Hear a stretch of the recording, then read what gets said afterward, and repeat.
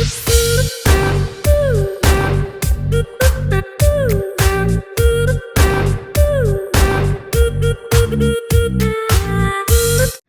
everyone! Let's make Chips Ahoy mug cake. Start with 3 pieces of Chips Ahoy, 1/4 cup of milk, and then mash it just like that.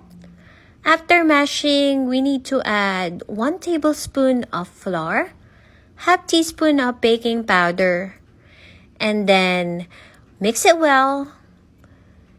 After mixing it well, we need to add 1 piece of Chips Ahoy in the middle.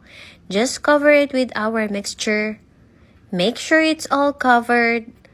And then microwave for 1 minute and 15 seconds. And there you go, our Chips Ahoy mug cake.